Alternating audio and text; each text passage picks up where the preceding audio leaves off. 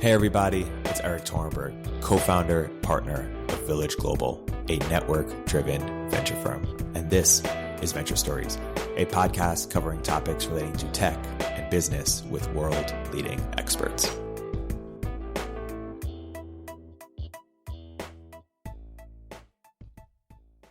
Hey everybody, welcome to another episode of Village Global's Venture Stories. I'm here today with a fan favorite, friend, repeat guest, Delian Asparouhov of Founders Fund. Delian, welcome back to the podcast. Thanks for having me back. I imagine this time around we're probably not going to talk as much about space. Not as much. We are going to talk about Keith Rabois and lessons you've learned with him working so closely over the past few years and in some of the essays that you've written about it and how you've built upon that knowledge. First, I want to really talk about talent and talent identification. That's something that both you and Keith really think a lot about, have developed a reputation for. Keith's philosophy has been since PayPal's, how do you identify mispriced assets? So I'm curious if you talk a little bit about that. Maybe first we'll start about evaluating founders, and then we'll move more into the hiring. How is your scope, or not your scope, your sort of lens of how you evaluate founders evolved in the 3+ years working with Keith? Yeah, I think there's two parts of that I've really come to appreciate. The first part is what I call are you the right superhero for this story? I think when I maybe had a more naive view of venture capital, I kind of thought there was just a generic best founder or best traits that basically worked for almost any business. And I think starting to see, both from having worked with Keith and seeing a variety of the different companies that he's worked with succeed, but then also seeing him evaluate a variety of different types of founders, have seen that the necessary components for success for different types of businesses might be very different. At the very high level, the way that I like to describe it is Zuckerberg is really great for Facebook and Elon Musk is great for SpaceX. Elon Musk would probably be terrible for Facebook, and Zuckerberg I don't think has any idea how to build a rocket. And so that almost always ends up sort of being the primary lens that I now view things through, of basically why is this end of one person? And for sure there are some companies that it's not there's only one person in the world that could operate them, but it's thinking why is this person in sort of the top 1% for this particular company to go in. And so for example, with some of my more technical things, now it's around has this person had a really deep technical background around it? For some of the other problems that I've worked on with Keith, it's been how is this person's entire career almost led up to this particular moment where it's not just an idea that they came up with on a weekend. It's something that's been sort of itching them over the course of maybe several jobs that they've had or several things that they've done, but before this startup. And then the second factor of it is I do think there are some level of shared underlying traits that sort of all the best founders have, which is sort of around, grit, resilience, banging through walls, some level of creativity. And then I think one of the things that I've even started to index on more that I don't always necessarily hear Keith about, but one thing that I really have started to find myself indexing on, especially after more a Series A financing, less so than a seed, I actually will spend more time evaluating the team that they've hired around them. I think, one of the quotes that, borrowed from Vinod and that Keith, repeats a lot is, the team you build is the company that you end up building. And so, recently had a, company where I was in the sort of let's say the home construction space and analyzed their team, and they had more deep engineering talent from Tesla, automotive industry, SpaceX than almost every other home construction company combined. And I almost indexed more off of that than even off of the actual founder, because it was okay, well, this founder can recruit these types of people. So irrespective of how good I think the founder is, look at how good the people are that they're bringing on. They'll keep doing that. Yeah. So those are probably the three lenses that I operate on. I've definitely heard Keith talk a lot about, let's say number two, the grit resilience component, but I think the superhero for your story, and then also who are they bringing in around them, have been things that I've seen him do, but maybe not talk as much, that I've found very valuable as my sort of, let's say, initial three lenses. I feel the combination of those three always helps me evaluate. And obviously not everyone's going to be stellar on all three axes, but that tends to be how I at least start off. Yeah. Is there another quality that you've sort of recalibrated over time that maybe you thought was important, but is less important now than you used to think, or vice versa? Something that a reason you didn't think that's important, but is actually really important, whether it's you've accepted this founder or rejected this founder? Yeah, it's probably mostly the component that has to do with what I would have looked like as a founder, which is 19-year-old dropouts are not particularly great enterprise healthcare entrepreneurs. It turns out selling into enterprise is already difficult, let alone selling into healthcare is difficult. So I think if there's one area that I've sort of become a little bit more wary of is I think, college dropouts are great at solving, let's say, consumer social problems and things that are purely used by them and their friends. I think they can be good at sort of problems where the technical differentiation differentiation is truly all that matters. Like the example that I think of here is like Scale, where their sort of go to market didn't have to be that crazy different because like a lot of people were already using tools like theirs. It was more just like, could you basically outcompete on cost, interface, et cetera? Or maybe like Stripe is another example of this back in the day where like, for sure Patrick and John had a prior company where they'd like, had to interact with some level of enterprises, but it's not like their differentiating factor was like their true like enterprise ability early on. And so there's probably been something that I've shifted around, not necessarily feeling comfortable with having super young, inexperienced founders tackling, companies that require them to get large companies signed up. Totally.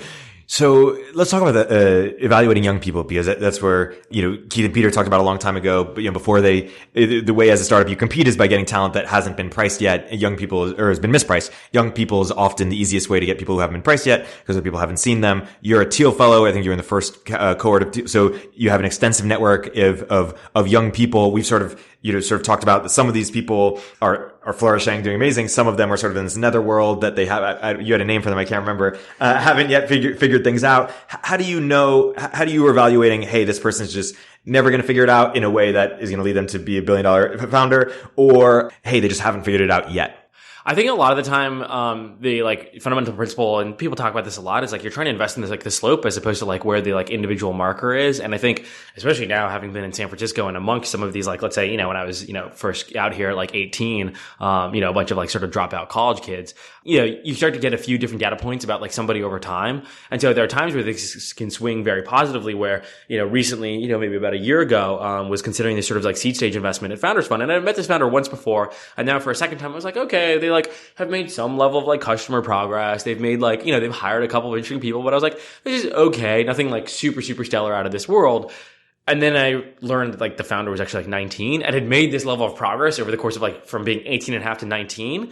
And I was like, okay, now this is in a completely different bar. Like I thought this was somebody who had like multiple years of experience, like had worked at a company before. And I was like, everything that he's doing is kind of doing the basics well. But I was like, whoa, if he can do the basics well at 19, and this is where he's like on this trajectory, imagine just continuing to like extrapolate this upwards. And so I think there are some people where, I've known them for almost a decade now, and I've actually like analyzed the data points from when like I first knew them to like now. There's actually like not that much different. And sometimes those people can like stumble upon success, but there'll be somebody who's just like obsessed just with dev tools. And I've watched this person be obsessed with dev tools for like 8 years, and their original dev tools were interesting, and the current dev tools that they're working on are interesting. And maybe one day their particular niche or interest is going to become like something massive, but they're kind of just like stuck on this like fixed mindset, same sort of problem that they've been trying to tackle for like 8 years. And at some point, I think you have to get over, I wish that my EMR for autism therapy had been more successful, but I didn't like let myself just get stuck on it for like 8 years, like 3.5 years. Eventually I was like, okay, I'm banging my head against the wall. And not like, I think it's fine to bang your head against the wall if you're at least making some level of progress.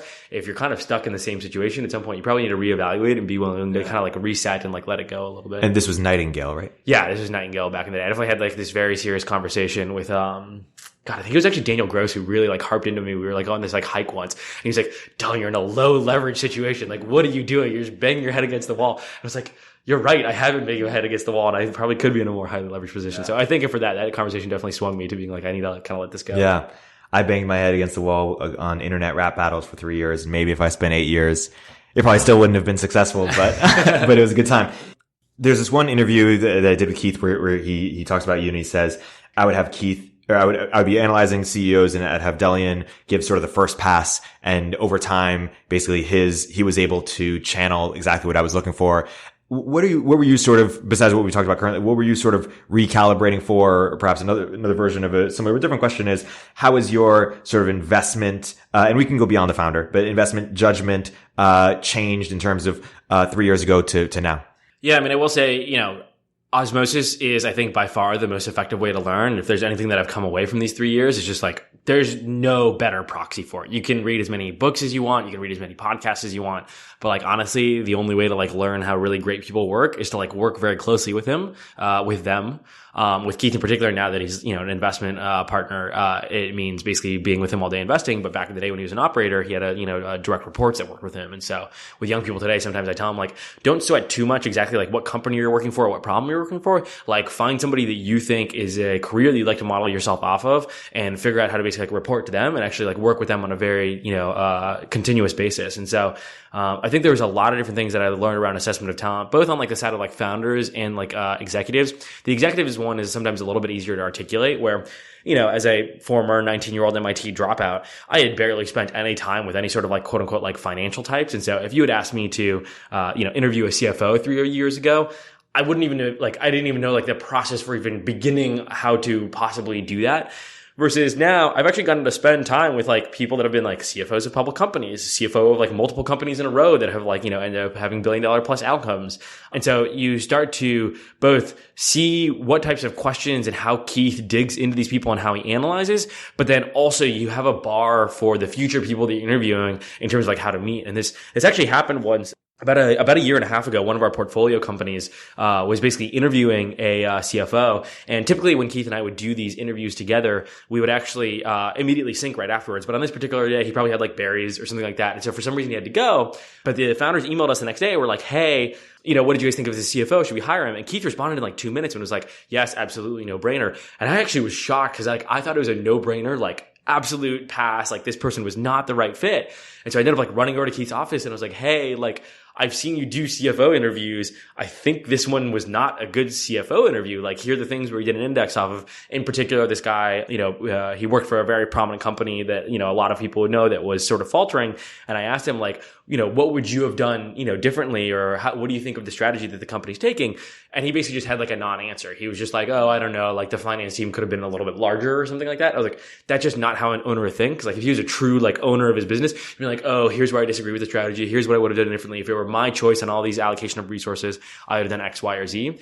So I actually convinced Keith of this, and he was like, you should go talk to the founders and see what they think of some of your criticisms. We ended up not hiring that CFO and instead hiring this other candidate that I was a huge fan of. And obviously we'll see how it plays out in the long term, but huge fan of this other CFO candidate. And so what I'd say is I think there's some amount of, from learning from Keith, the osmosis that allowed me to sort of assess executives on a cross-disciplinary basis, right? So I now feel like I could do CFOs or COOs or, general counsels, a variety of different types of roles just from having both been in a lot of those interviews and then also having people to compare to the bar against.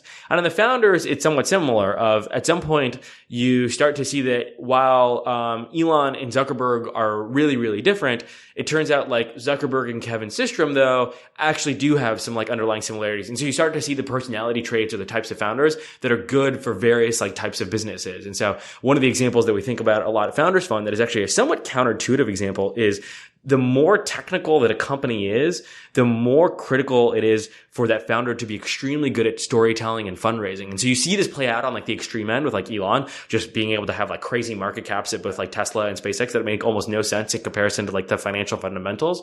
But it turns out that scales all the way down to even seed and Series A, where partially the progress of these companies is sometimes really difficult to articulate. The financial metrics can take a while to catch up. And so even more so than actually an enterprise SaaS business, you have to be really, really good at fundraising and storytelling, which would be maybe counterintuitive. You think, oh, more technical companies, you just need somebody that's actually just more technical and be able to raise those. And the fundraising and storytelling doesn't matter as much versus actually the reverse. I'd actually much prefer to sometimes invest in a technical company where the founder has only a modicum of understanding of the technical basis, but is a really great storyteller and is paired with some sort of CTO, as opposed to the reverse where they're not a good fundraiser. And so I think, to expand the answer on the founders, it's you also start then to see, okay, here's what matters when it's a marketplace founder. Here's what matters when it's an enterprise founder. Here's what matters when it's consumer social. And so you start to pick up on all these sort of micro behavioral traits that are important for each individual. And can you give a couple more examples of some of those archetypes? Maybe it's marketplace, maybe you touched on a little in consumer on some of the different things, just paint more of a picture for us of different archetypes for different fields.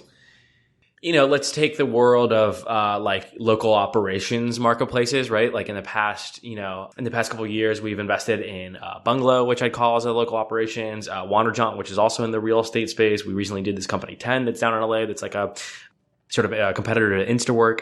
And all three of those, I'd say, in some ways, whenever I was indexing off those companies, I was thinking entirely how does this person compare to Tony at DoorDash? Okay, so what are the things that they need to be? They need to be incredibly detail obsessive, financially oriented, and effectively have an infinite work ethic.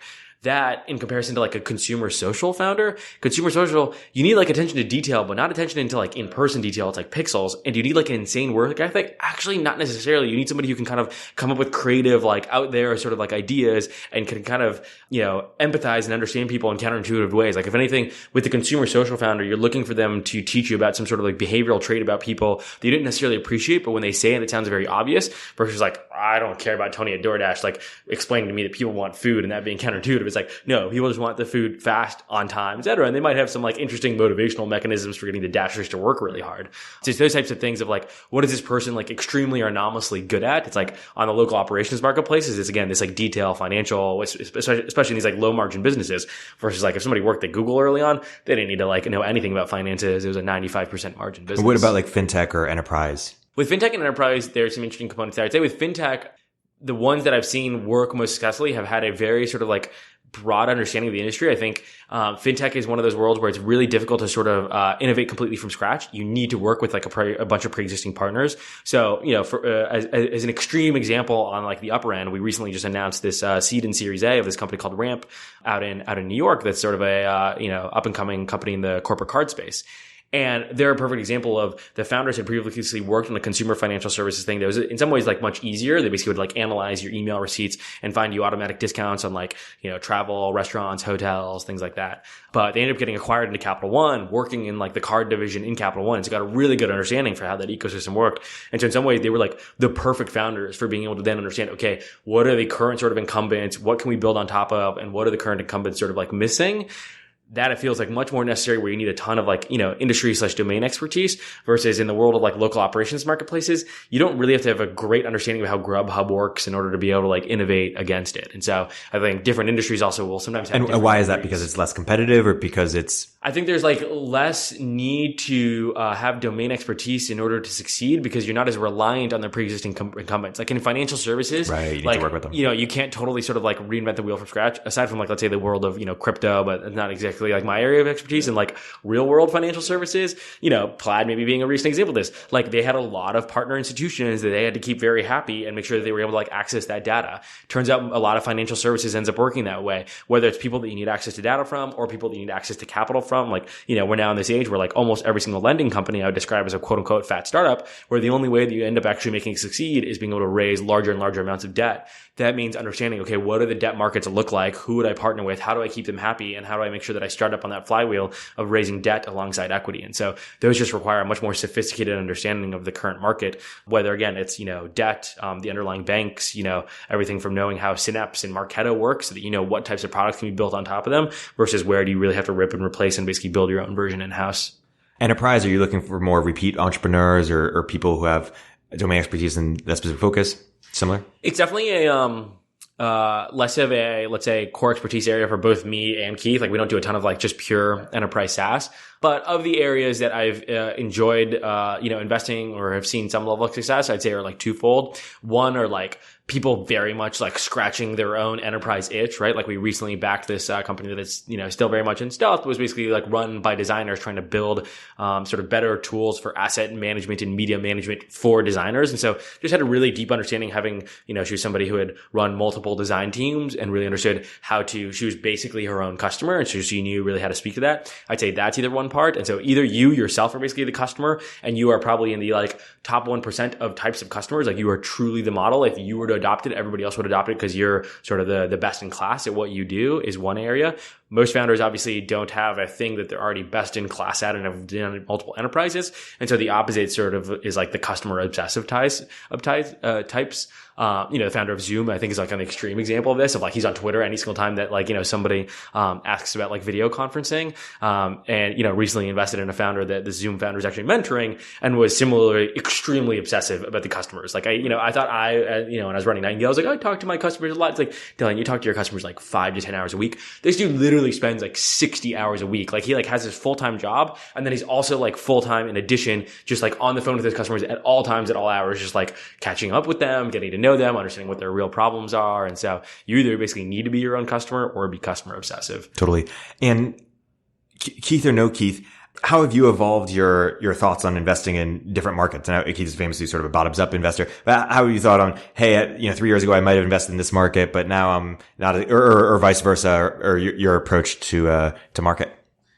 I think one thing that Keith has somewhat of an advantage on, especially in comparison to like a more junior VC, is just his level of like inbound means that he can be almost purely reactive. And so is allowed to be much more bottoms up. I think sometimes as a more junior investor, it can be difficult to be purely bottoms up. Obviously I try to do some things, whether it's like this podcast, these essays, Twitter, et cetera. And that does contribute to like some level of inbound. But even then, some of like the truly, let's say like best Series A's in the world are going to end up going to like, Alfred Lin, Keith, Albert Wenger, et cetera. And so, competing against them requires, I think, some level of like outbound. And I think by default, some level of outbound requires having some level of a thesis. And so in those types of situations, I tend to just look at the markets where I feel like I'm actually just, by default from either my work situation or prior hobbies or habits, learning a lot about. So obviously space is the easy example given we talked about that on a prior podcast. But, from osmosis through Keith, I've also learned about a couple of other industries, including financial services, real estate. And so in those, I do start to like form hypotheses around them. Sleep.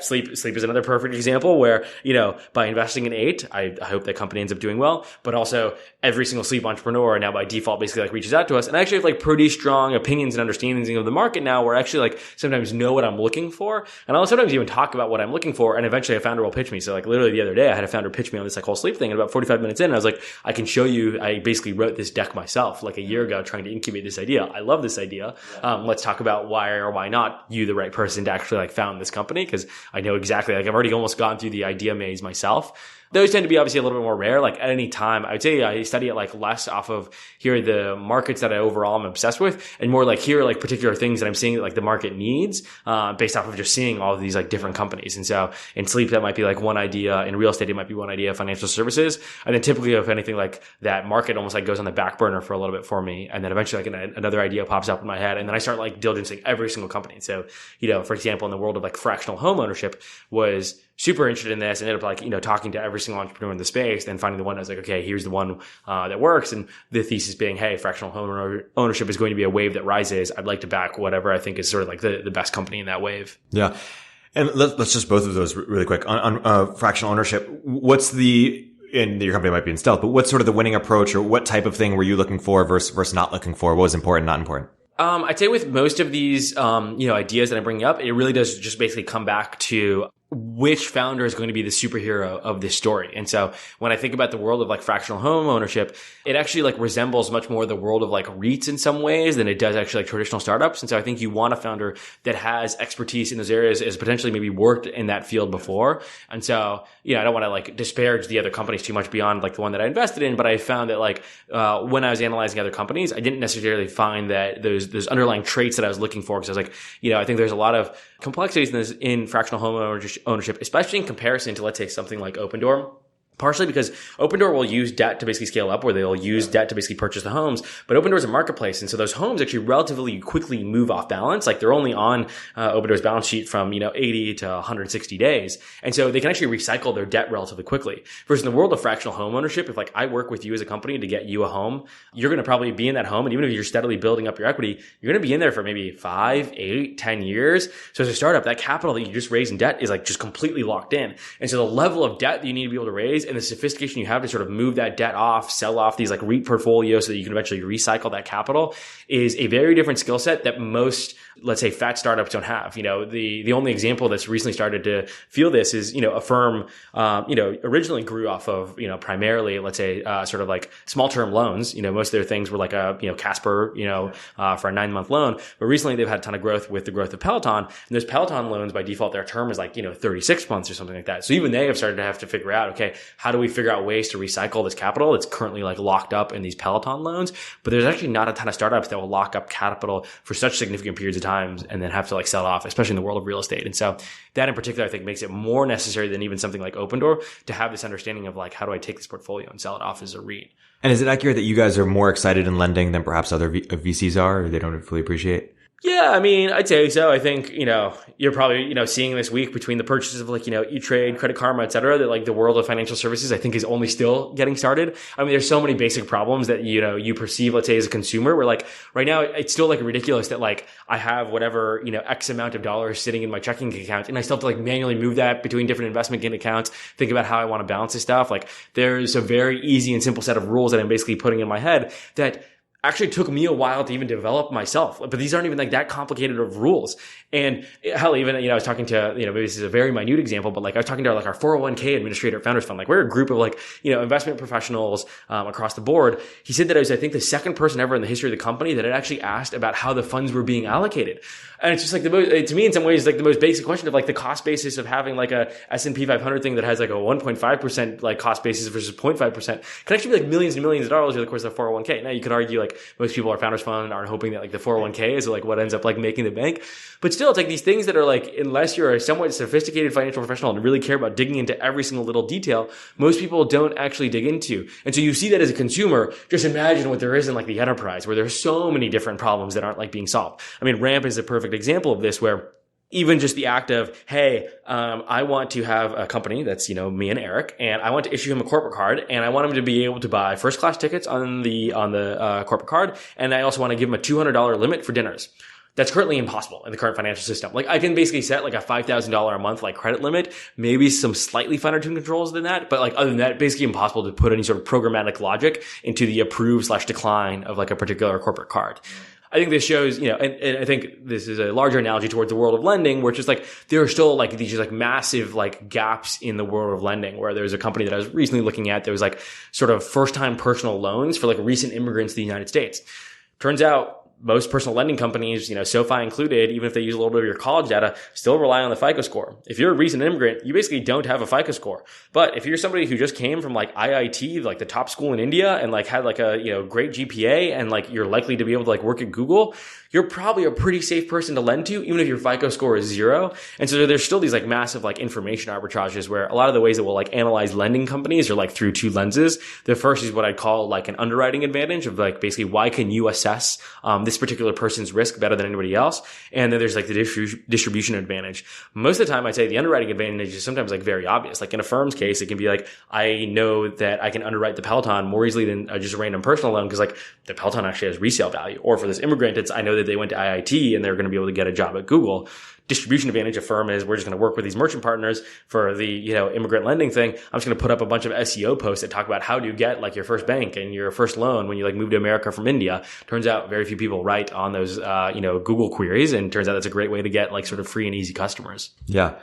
And what's your net worth again? Oh, I'm just kidding. I'm just joking. Let's talk a minute or two on sleep. Let's say we were running a sleep fund. What would be your request for startups or things that you entrepreneurs out there you think might be compelling versus things that you're like, hey, I just don't think this approach is going to work? So I'll start off with like the broad one, which is actually this company that, I just got pitched on this week, which is there's a ton of different sort of, whether it's habits, supplements, like almost like hardware that you can implement, sounds that you can listen to. There's a ton of different sort of, sleep hygiene improvement strategies that have been developed over the years, and some of which have like massively clinical studies that show effectiveness. But the problem is for each individual person, you're sort of an N of one problem where like for you, the right answer might be, hey, blue light blocking glasses plus a sleep mask at night plus having like some light noise in the morning to wake you up. Versus for me, it might be, my personal thing is like GABA supplements is one of the things that more recently like had a huge effect on me.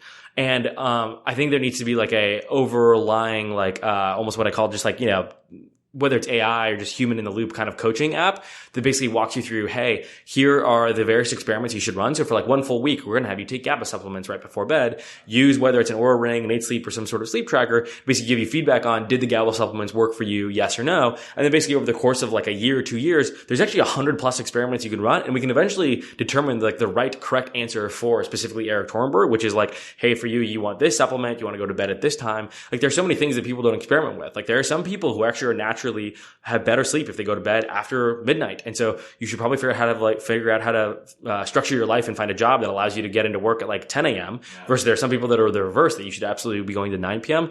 People don't as rigorously experiment with this stuff, partially because I think it's tough to do on your own. And so somebody building some sort of coaching layer that makes it sort of easier to structure and easier to understand whether or not it's like working for you. So that to me is like maybe like one of the broad ideas that we sort of had, and this is what this person like pitched me on as well. But within each particular niche, there's still a ton that needs to be done. Like there's a ton of, supplements that I still think aren't explored. Atomic next door to us, over in the Presidio, recently, announced their sort of like sleep supplements company. But still a ton that I think needs to be developed there. 8 Sleep is on the side of like the hardware where I think environmental controls are still in like their nascency. I'm really glad that they basically started off with like thermoregulation, which is one of the key components, to, better sleep.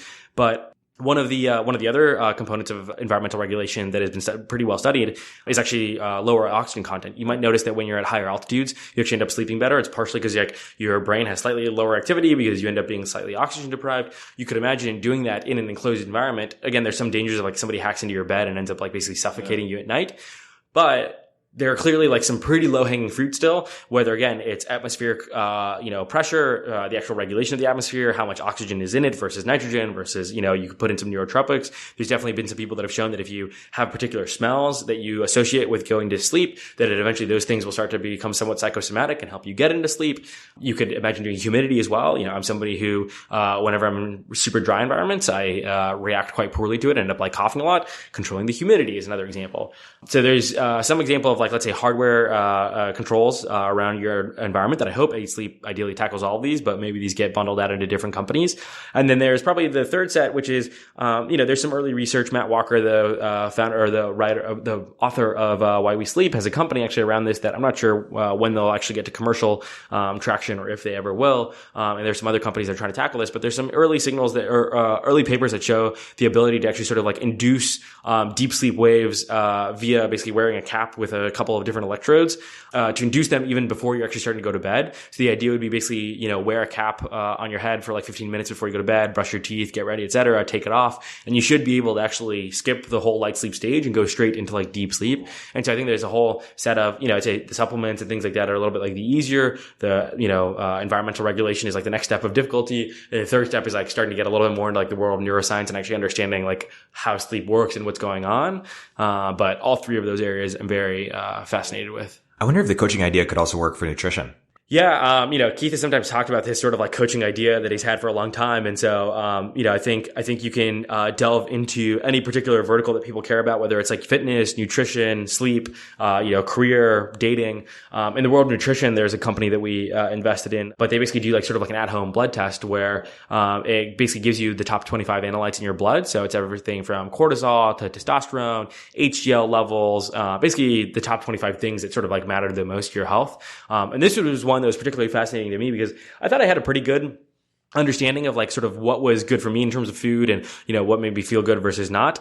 But I'd always had this problem for the past like 3 or 4 years, where I just had like blood inflammation and like GI issues. Sorry if that's a little TMI, where like my skin would get really hot and like itchy every like week or two, but I didn't really understand why. And it would really screw with my sleep and like I would feel really off, but I never quite understood why. And I started taking this test, pretty regularly and I'd see like, okay, yeah, I can validate that like, yes, when I feel really itchy, my ESR levels are high. But then one day, I had my like regular, dinner from this place that's, pretty close by to my house. And I did my normal at night blood prick and I saw that my ESR levels had spiked. And I was like, whoa, I don't feel hot and itchy yet, but this is saying my ESR levels had spiked. Woke up in the morning, lo and behold, I was like super itchy. So like, that was interesting. I wonder what caused that. And about a week later, I had dinner from the same place again. And then my ESR level spiked again. And I was like, oh, son of a bitch. This is what's been causing it. But the problem is there's always been this kind of like, 16 to 24 to 30 hour delay between when I ate the meal to when the skin itching started to happen. And it turns out that's just like too far for like, I'd like to think I'm pretty sophisticated in terms of keeping track of what I'm doing to my body, but clearly not sophisticated enough to like once every 2 to 3 weeks realize that it was like, turns out sesame oils in pad thai, especially really oily pad thai, completely screw with my stomach. And this is a way of providing me a much tighter feedback loop. And so there were a couple of different things that I ended up realizing, like turmeric actually does the reverse for me, where it really lowers my levels. Walnuts for some people are great for the HDL levels. Actually, for my HDL levels, it would spike them, so I don't eat walnuts anymore. So there's all these things that are somewhat similar to like the sleep thing, where again, there's a verifiably correct answer for Erik and for Delian, but our answers might be completely different. Like red wine might be great for you and red wine might be terrible for me. But the only way to really understand that is through tight feedback loops. In the world of sleep, it's basically track your Oura ring and do your sleep tracker and have somebody collect almost that data for you. In the world of nutrition, it's basically like, blood analytes and basically how your body's responding. It's a transition we need to make from sort of universal advice to customized advice and software to help enable that. Sleep, fitness, fitness, career, dating, etc. I think like the big breakaways over the course of the next decade are going to be taking like whether it's like the Calms of the world that are trying to do very generic advice and really making it sort of like N of one advice. That's cool. So we've been talking about how you evaluate different segments from an investor perspective. We talked about consumer, marketplaces, fintech, enterprise. I think it's a good segue to this concept of business equation. That's a core key concept. Why don't you talk about what that is, how to find it, and then maybe how it's customized for some of these different spaces?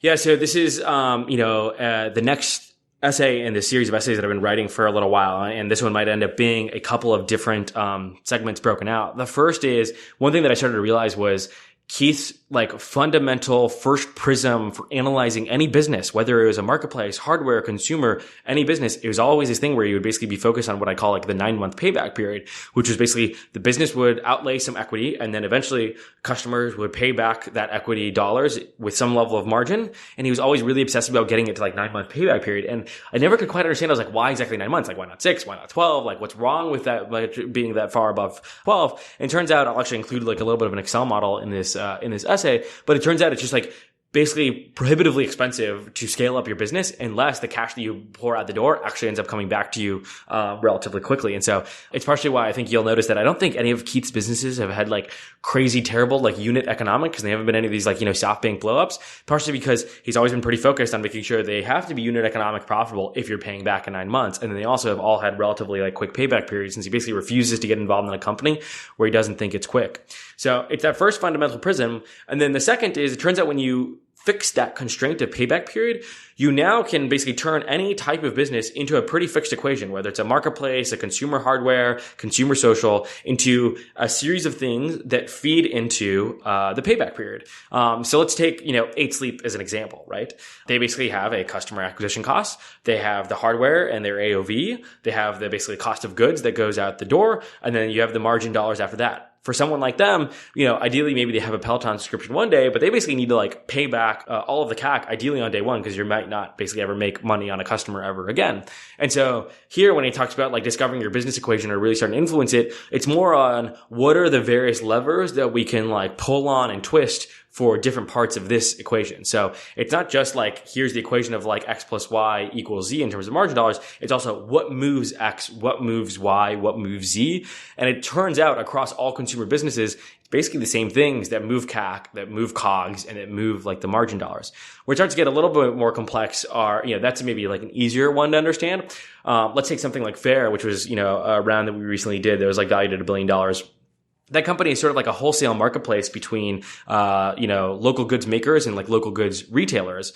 And marketplace businesses can be sometimes complicated to understand because you sort of have two-sided customer acquisition costs. You have two-sided margins, trying to understand like how they pay back. But one of the levers that is most important in terms of marketplace growth tends to be the referrals from each side of the market. And so the thing that actually makes Fair grow more so than anything else, that they actually almost like didn't discover until maybe a year and a half into the company, is when they bring on board a maker onto the platform, those people will actually end up bringing their retailers that they currently have pre-existing relationships with. And so one of the things that the company ended up discovering was this was a very important flywheel for them to get right. And the only reason that these people are willing to bring on pre-existing relationships onto the platform, which like would make no sense. Like if you already have this relationship, why would you bring it on digital? It turns out they have this like financial services component that makes it very attractive for people to shift this relationship onto the platform, where now as a maker, I could be like, hey, before you'd have to pay me immediately. Now Fair will actually sort of loan the delta between the two of us, where I get paid immediately and you don't actually have to pay until my goods actually like sell in your store. And so with all these businesses, I think the thing that Keith tends to help out the most with is whether it's a, consumer good, whether it's a marketplace, whether it's like enterprise SaaS, there's a fixed almost equation that works, and the types of levers are actually like very similar, right? So with like Fair, he was constantly pushing them on like, figure out how to like discover this flywheel and figure out how to push this, because this will make your business grow basically faster than anything else that you can do. Like you can get really good at acquiring makers, you can get really good at acquiring retailers, but nothing will compare basically to this flywheel. And so the post will hopefully articulate a variety of different sort of like types of businesses, and then what are the various actually common levers across every business that is within this type, and what are the experiments that one can run run in order to see whether or not that particular lever works in your business. And I think part of why I got motivated to write this was I started to realize that Keith gives the same advice to all the marketplace companies, and he gives the same advice to all the consumer companies, even though when you apply that advice to your particular company, the way that it ends up like coming out is somewhat different, but the advice is overall the exact same. And it all comes from this like high level 9-month payback period. How does he differentiate in terms of the payback period focus? What are other investors focusing on, or what do they tell their companies to do that's different? Yeah, it's a fair question. Some people will just be focused on basically, high level growth plus, some level of positive contribution margin, or sometimes even negative contribution margin, with the hope that it eventually goes positive. And so, some of the latest, let's say, hiccups in like the startup world, like the WeWorks of the world, I think have shown the constraints of that approach. And so at the end of the day, people are obviously analyzing some level of financial metrics. The question has been how much they sort of focus on not just the margin, but also how does the margin pay back the upfront cost? Like I think some people have been thinking, okay, even if the time to pay back is like 3 or 4 years, I'll just keep raising enough money so that like eventually the money will flow back to me. And so even if I don't have money in my coffers, I'll just raise more in order to keep growing the business. And is that what DoorDash is? Keith definitely knows more about like the numbers there, but they're free cash flow positive on like, many of their core markets. And so, I can't necessarily speak to their exact like payback periods, but their economics have looked attractive for every fundraising deck that I've seen since, and I've only seen Series C and above. I'm trying to think of negative contribution, business that is a good business, or that he might be, is Uber, Lyft in that category, or like what are? It's a fair point. I think there are times where you should be willing to take on negative contribution margin businesses when there's a very clear and strong, network effect that will eventually allow you to get to positive and not allow other people to enter the market and erase that margin. And so that's where I get worried about some things that look a little bit closer, like the scooters of the world, where there's not as clear of like local network effects. There's definitely some like hardware innovations that those companies might do that might really help and like fix those economics. But even if like Bird ends up making a really great scooter, or if China ends up making a great scooter and selling it to Bird, everybody else will buy that same one and they'll all just lower their prices and they'll all end up like erasing their margin anyways. And so, it's a very, I've almost like never seen him make an exception for the negative contribution margin. Like he has more of an allergy towards that than I think almost anybody else. I think a lot of other investors will be willing to accept, hey, you're starting out at this like negative margin and eventually you'll march it up. He will only ever do it if it's like slightly negative, but there's been a clear trend line that very, very soon it's going to like flip to positive, and that very soon after that it'll flip to the 9-month payback period. And he didn't do any ride sharing stuff, right? Because there's a question of how big the network effect is there. And he was like an early, I believe, like angel investor in like Lyft, but different than his sort of like venture capital career, where especially these like operationally intensive businesses, he's made sure to be pretty economically prudent, I think, even from the early days, including with DoorDash. And I mean, obviously Open Door as well has, difficult, margins as well. Totally.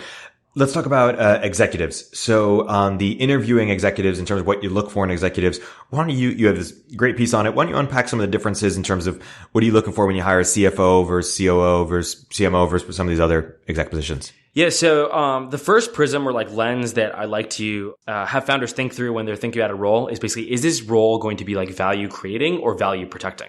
And that might be different for different types of businesses. So let's say, for example, a CFO at something like Google or like an enterprise SaaS.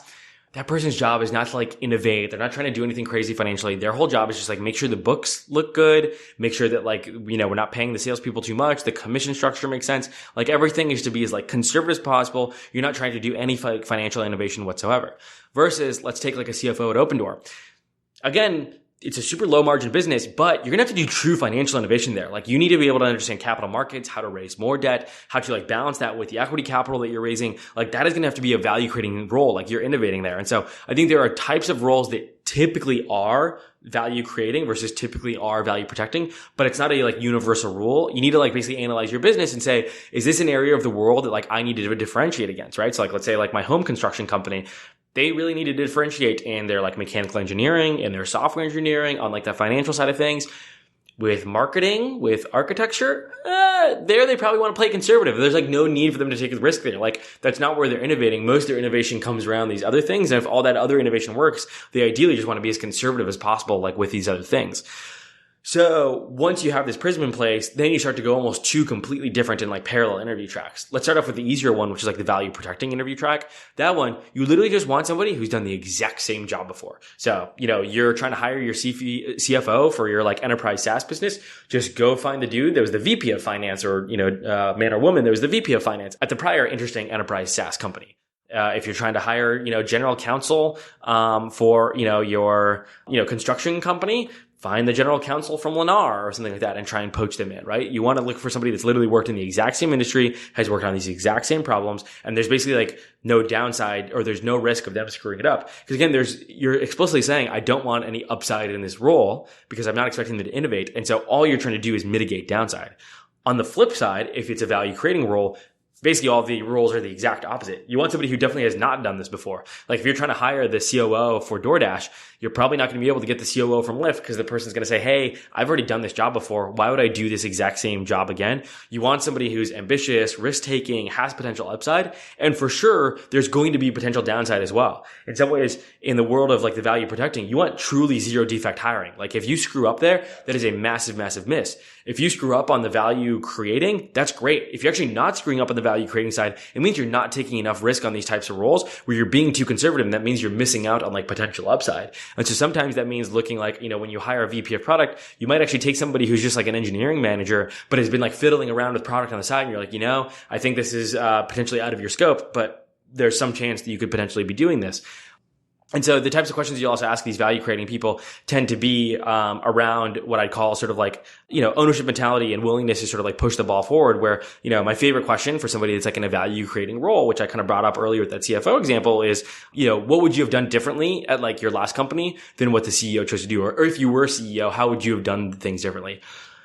People that are ambitious, risk-taking, want to eventually own a large piece of a large pie someday have extensive thoughts about this. Like if you ask me what would I have done differently if I was the CEO of Teespring when I was there, I have like I can go to a whole hour-long spiel about like what I would have done differently versus people that have kind of a meek or quick answer that's kind of like, I would have hired slightly different people. It's like, if you're not being kept up at night by this problem, you're just like not the right person for this role. Like it's not as if I prepared my answer for this interview or anything like that. It's because this has just been gnawing at me because I believe in being such an owner and want to really shoot for the moon that I want this company to succeed. So those are like maybe like the high level things. The next area that I like to dive into, which is somewhat related to this like ownership mentality, is like how good of a strategic thinker are they? Like somebody that you're interviewing for, especially an executive level position, really needs to be able to actually like understand your business equation. And so there are ways to assess this. You can sort of have them walk you through, hey, how did customer acquisition and what was the funnel like at your prior company to see if they could actually strategically describe the prior one, or just spend a ton of time with them and then see if they're starting to be able to identify the business equation for the company that you're currently in.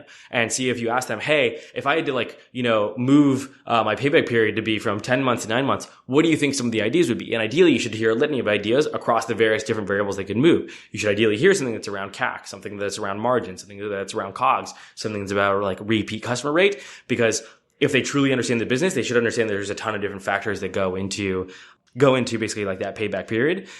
And then the final thing is, how does this person basically fit into your particular company? And so I like sometimes to have founders basically list out, here are our strengths, here are our weaknesses, both in terms of like personality traits and like management styles, but then also like true like domain expertise, right? And so how does this person fit in? You ideally want somebody that has a diverse background, different way of communicating, different way of like managing people, such that when a problem arises that needs a particular type of management style, you're most likely to have something as opposed to having a very sort of like monolithic, culture, especially at the executive team. And so, I think one of the people that has done like the best talks on this is actually Claire at Stripe. She gave this talk at the KV Summit a little while ago, where she actually like went through sort of this like personality color wheel that all the executives at Stripe have done and showed how basically literally every person at Stripe is almost as diametrically opposed as possible in the various like personality traits.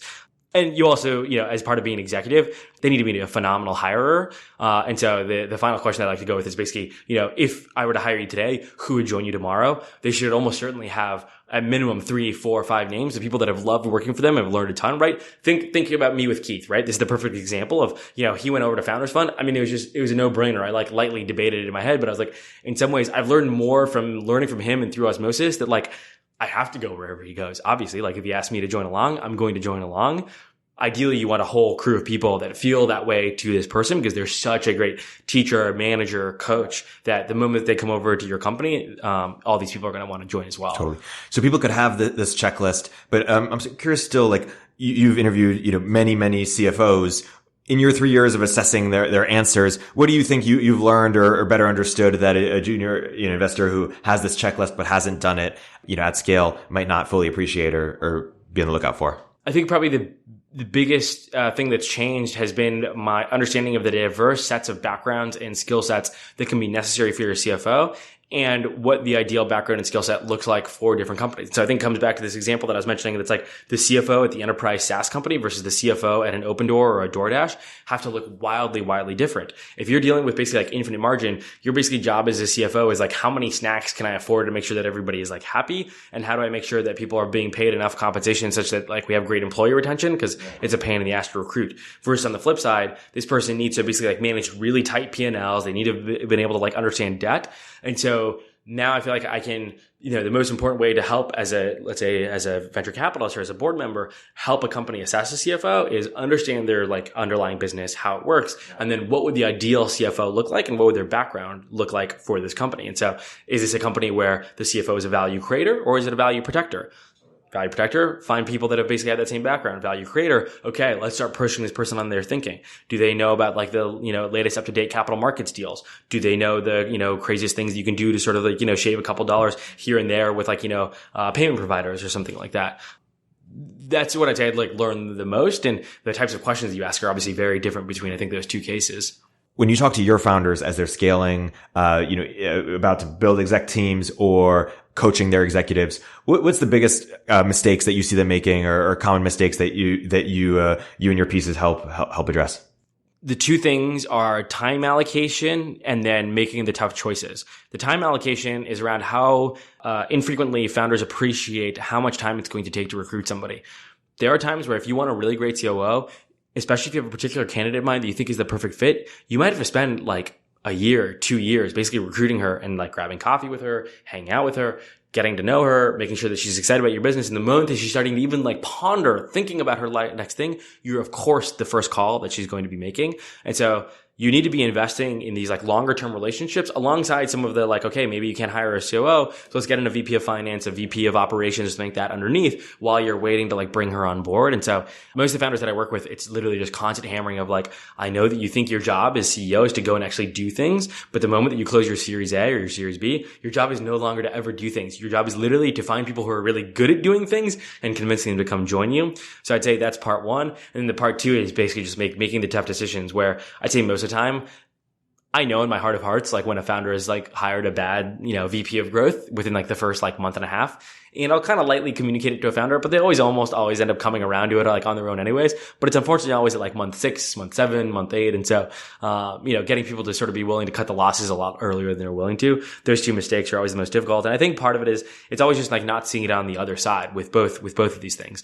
With, the time allocation, once they do put in the time, it's funny how it's always the exact same thing. They're like, oh my God, I'm so glad I put in all this effort. This is amazing. But it's like this delayed benefit thing where it's a lot easier to just do a little bit of the operations yourself and try and solve the problems, as opposed to going out and spending time to hire the COO. And then same thing here. You're always like, maybe this person will get a little bit better. Maybe something will change. Maybe if I give them a little bit more feedback, somehow this will fix. Versus when they fire them, they're like, oh my God, we're actually functioning better even with the exact same team, just without this person. And so, again, delayed gratification can sometimes be tough. And just to push on that for a sec. So most people make the mistake of firing way too late. But for the ones who didn't fire and then the employee turned around or situation got better, what do those people do? Or for the people who it's early where they're not sure they could fire, but they end up turning up the situation. Again, that's rare. But for the ones who do it, what are they doing well?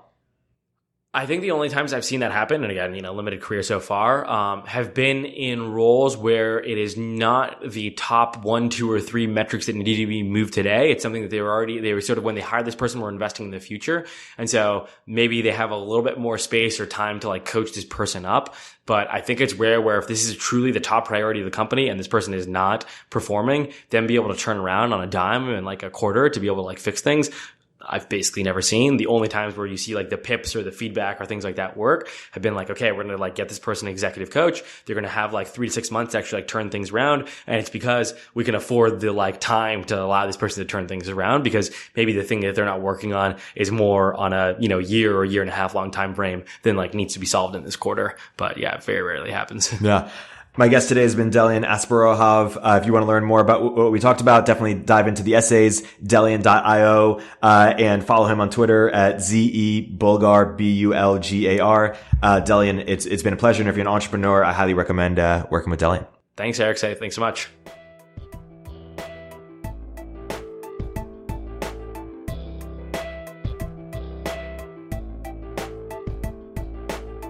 If you're an early stage entrepreneur, we'd love to hear from you. Please hit us up at villageglobal.vc/network catalyst.